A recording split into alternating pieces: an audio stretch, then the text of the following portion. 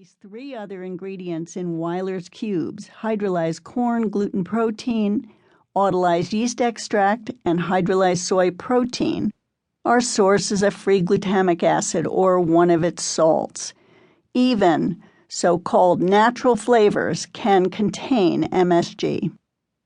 MSG made possible the proliferation of new products that flooded the supermarket shelves after World War II. Manufacturers used it in canned bouillon, canned soups, and canned stews, allowing the food processing industry to imitate for pennies the natural flavor of carefully prepared broth. The earliest frozen TV dinners featured turkey with gravy, not gravy made with nourishing turkey stock, but a gravy-like substance comprised of water, thickeners, emulsifiers, artificial colorings, and artificial flavorings, mostly MSG. Canned spaghetti sauce was no longer an insipid imitation of the real thing, but thanks to MSG, something that had a seductive, savory taste. Whether MSG poses health problems is a matter of debate. The industry insists that MSG is a minor bother, only for the rare, sensitive individual, and has no long-term consequences for the majority. But independent researchers are not so sure, citing neurological problems as the long-term consequence of this excitatory substance, especially in children and the elderly. Rarely mentioned is the fact that MSG is used to induce obesity in laboratory animals. Has the flood of MSG-laden foods contributed to today's epidemic of obesity? It's a question that needs to be explored. Whatever the health hazards of MSG, one thing is certain: the use of MSG in our food has allowed the eclipse of nourishing broth, something that tradition tells us is good for us, something that science indicates should be in our diet on a daily basis.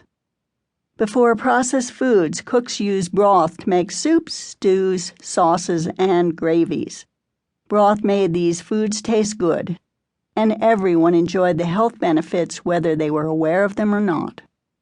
MSG and its many cousins used in processed food have allowed cooks to forget valuable broth-making skills. 1 can of Campbell's cream of mushroom soup makes a casserole. Skill in making cream sauce with chicken broth not required.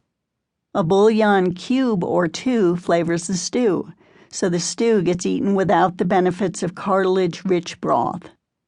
Gravy is produced by adding water to a packet of powder, which contains an overwhelming amount of MSG. Packets of flavoring put MSG into homemade meatloaf, chili, and spaghetti sauce. With instant broth taste in packets and cans, who needs to pull out the big broth pot and fill it with bones?